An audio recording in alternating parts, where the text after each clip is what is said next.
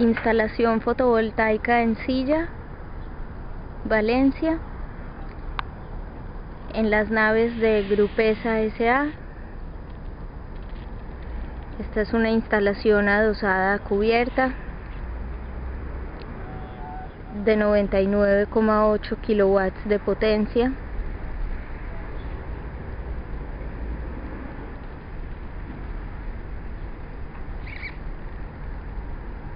Utilizando equipos Mitsubishi, tanto placas como inversores.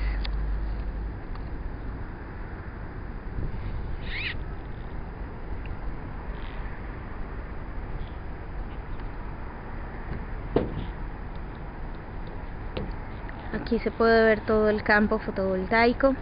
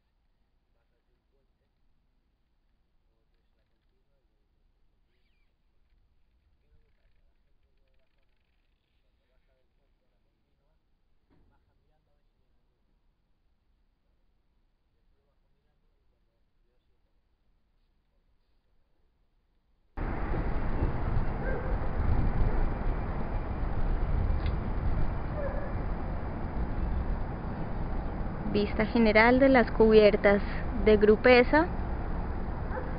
Al fondo se ven otras naves también con instalaciones fotovoltaicas ya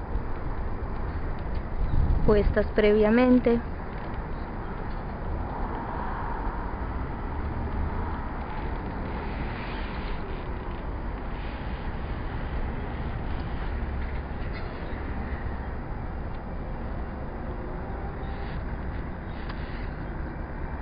Y estas series hacen parte de nuestra instalación.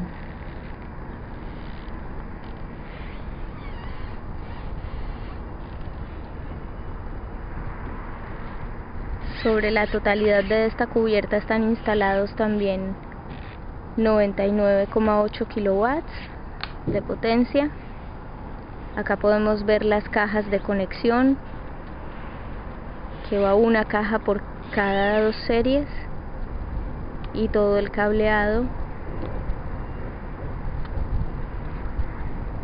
que luego llegará a la zona de inversores.